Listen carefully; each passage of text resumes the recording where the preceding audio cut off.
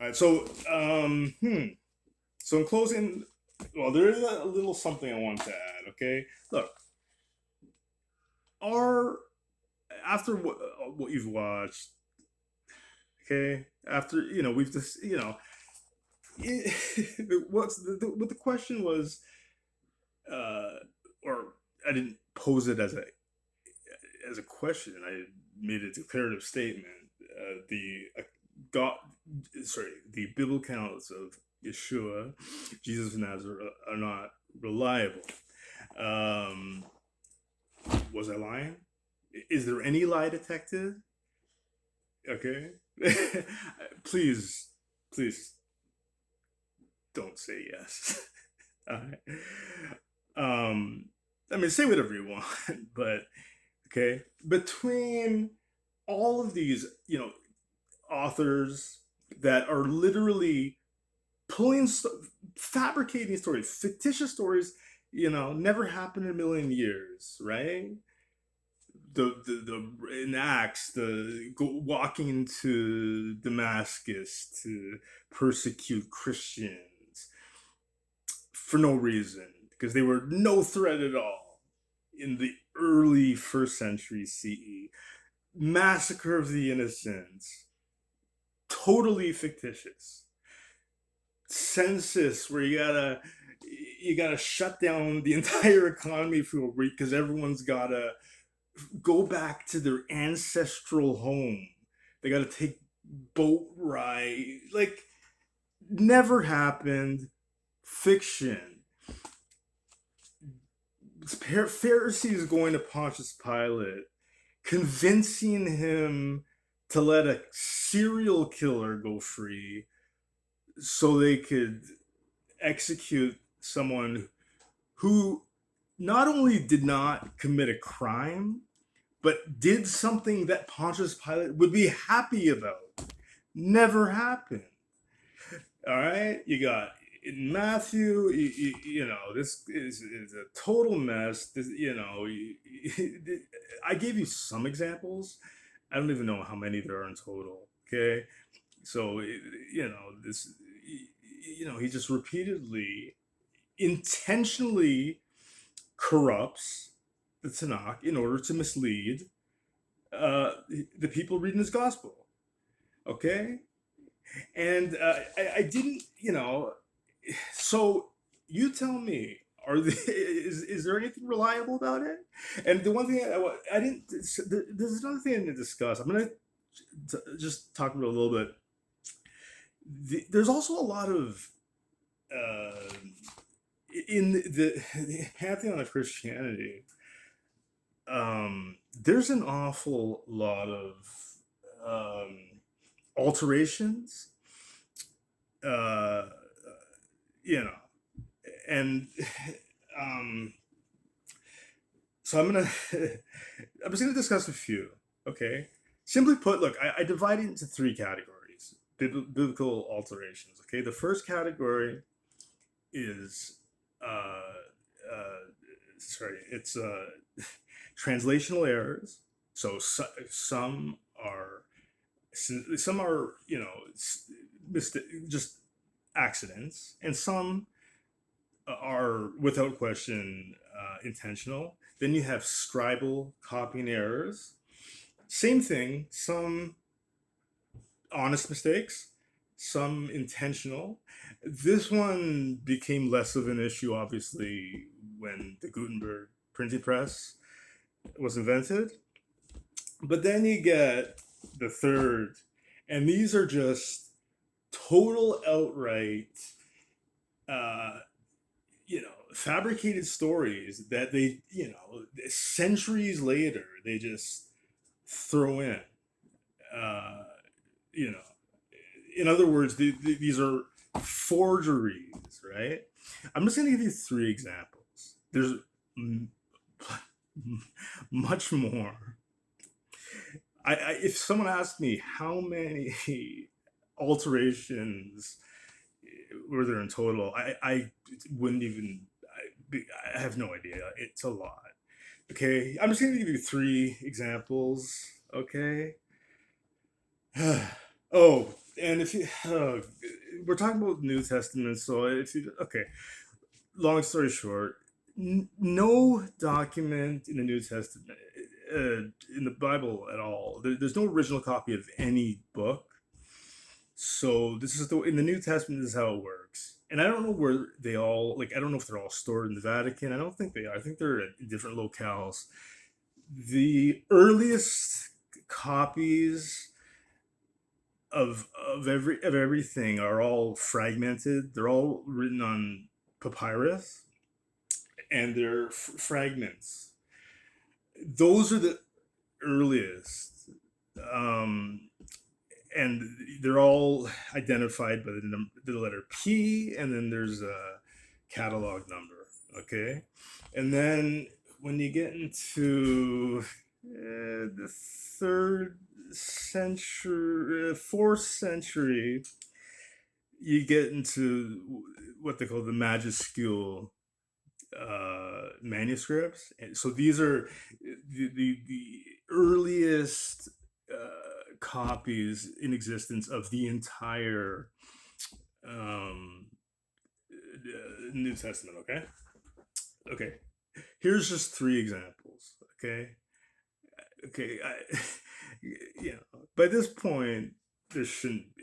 You know, are is it reliable? There shouldn't be a question. Three examples. First is Mark 16. In other words, the last chapter of Mark. Uh, it's when people want to be nice, they say interpolation. It's not a not interpolation. It's a what do you call it? Shit.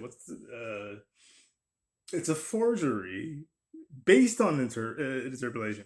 Uh, so Mark, you know, it doesn't have any intimacy narrative, and when it comes to the passion portion of Mark, it ends right. The original ending, it ends right at the crucifixion. There's no, he didn't. There is no talk about a resurrection, nothing like that. Um, at some point in time, some higher up in the church must have said, "Well, shit, this doesn't look good." Because look, when it comes to the passion narratives, they get increasingly, you know, more uh, exaggerated. You know, like Matthew's got a short one to the point. He just wishes his disciples well, tells them to spread his word. Really short. You got Luke. Now Yeshua, he wants to chill a bit, so he's eating fish with them, telling them to do disgusting things like poke his wounds. Who the hell would want to do that? I don't know. And then you got John, and it like goes like it's like this big epic saga.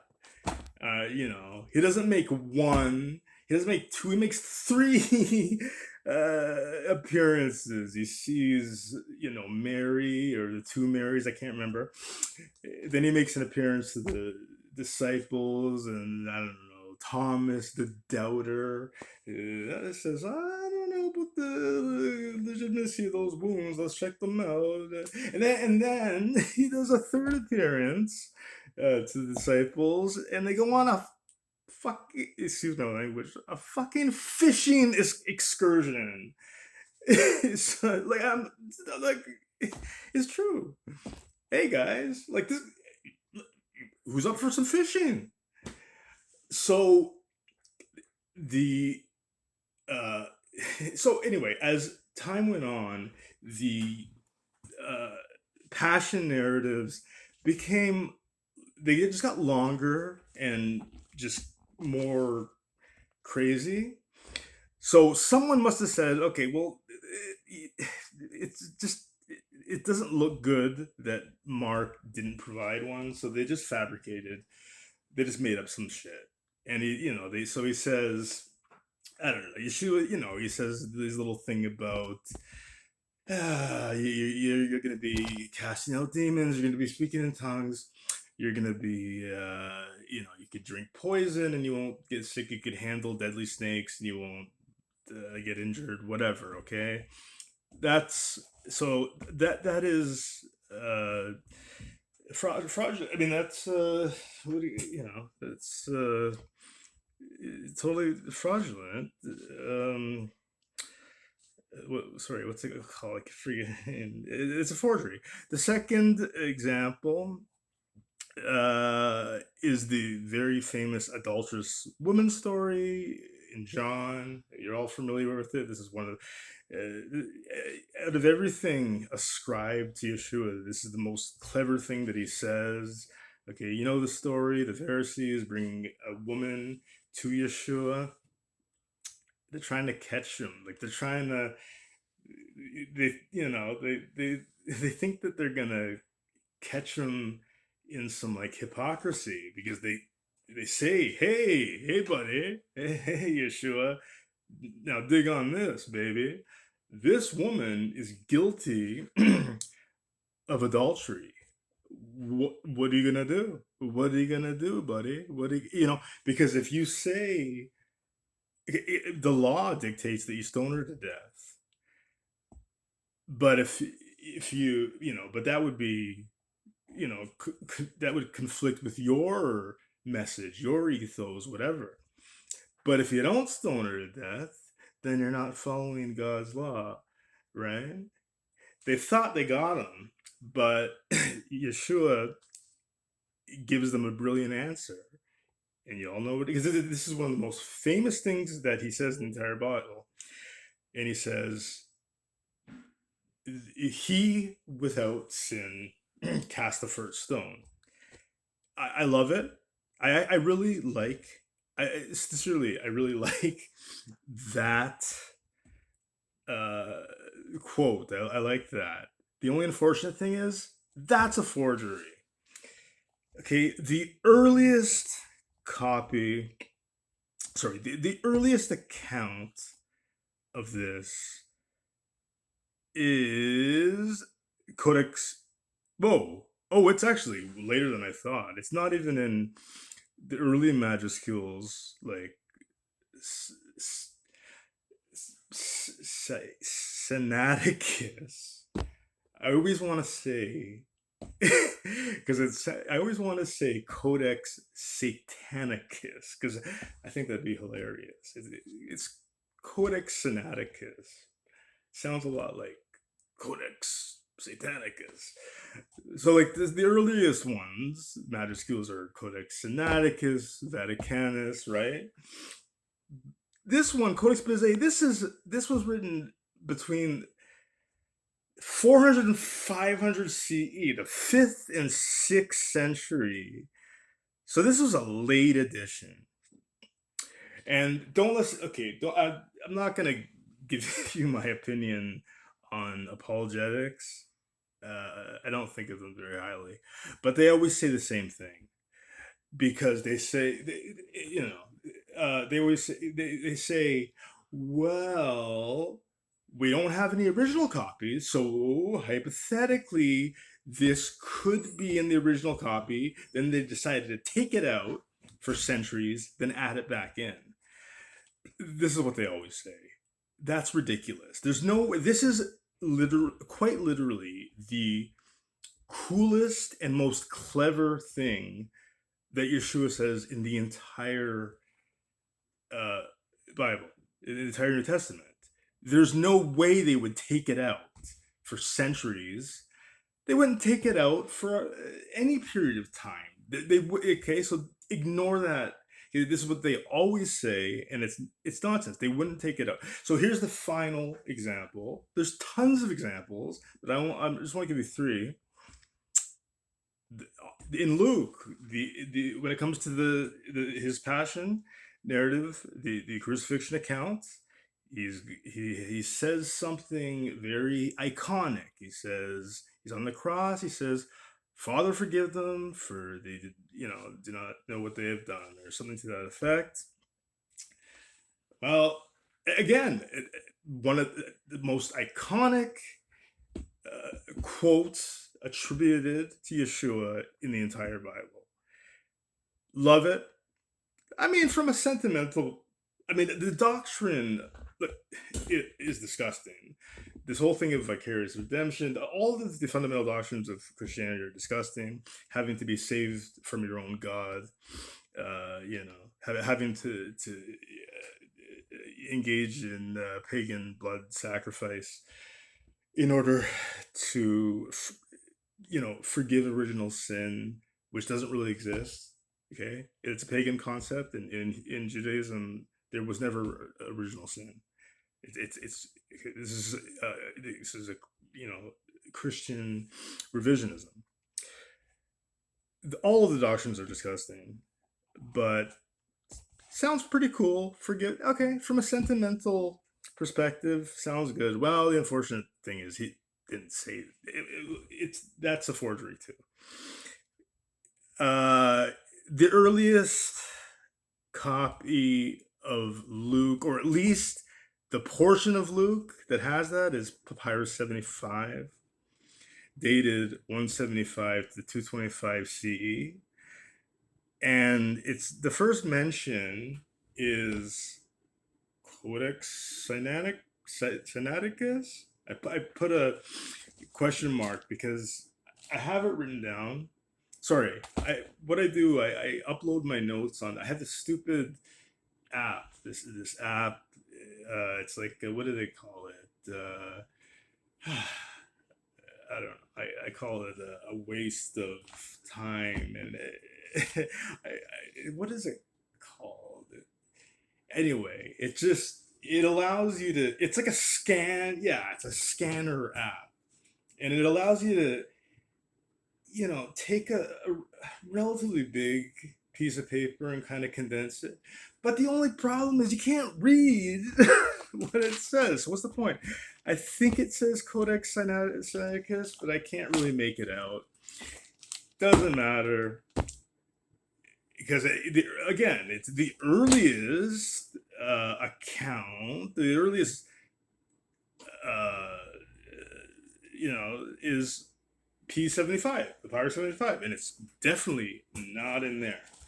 So those are 3 examples out of many. Believe me, I have a whole list of biblical of New Testament alterations, okay? Like I could list tons, but there's no point. Okay?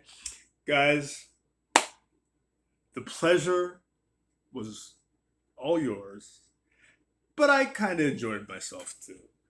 Okay? Are the biblical accounts of Yeshua reliable? I think we can fairly say not a chance. All right, y'all. Love you. I am Justin Creever, aka Young Mommy, the Mother of the Streets. Y'all be good. Take care. All right, take care. Peace.